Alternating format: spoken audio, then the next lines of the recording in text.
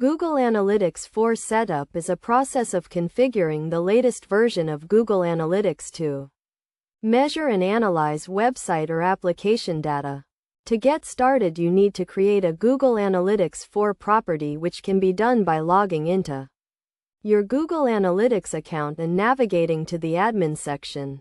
From there, click on Create Property and select Google Analytics 4. You will be asked to enter your website or application name and URL. Once you have created the property, you will be provided with a measurement ID, which is used to collect data from your website or application. The next step is to set up data streams, which define the sources of data such as websites or applications that you want to track. You can set up data streams for websites, applications, or both. To set up a data stream for a website, you need to enter the website URL and select the industry category. You also need to add the Google Analytics 4 tracking code to your website, which can be done by copying and pasting the code into the head tag of your website. Alternatively, you can use a tag management system like Google Tag Manager to deploy the tracking code.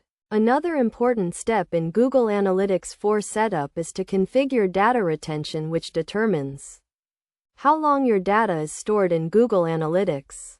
You can set the data retention period to 2 months or 14 months or 26 months or 38 months or 50 months, or do not automatically expire.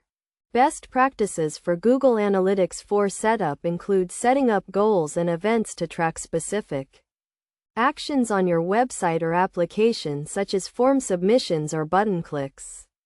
You should also set up audiences to segment your data and create reports to analyze your data. By following these steps and best practices, you can set up Google Analytics 4 to measure and analyze your website or application data and make data-driven decisions to improve your online presence.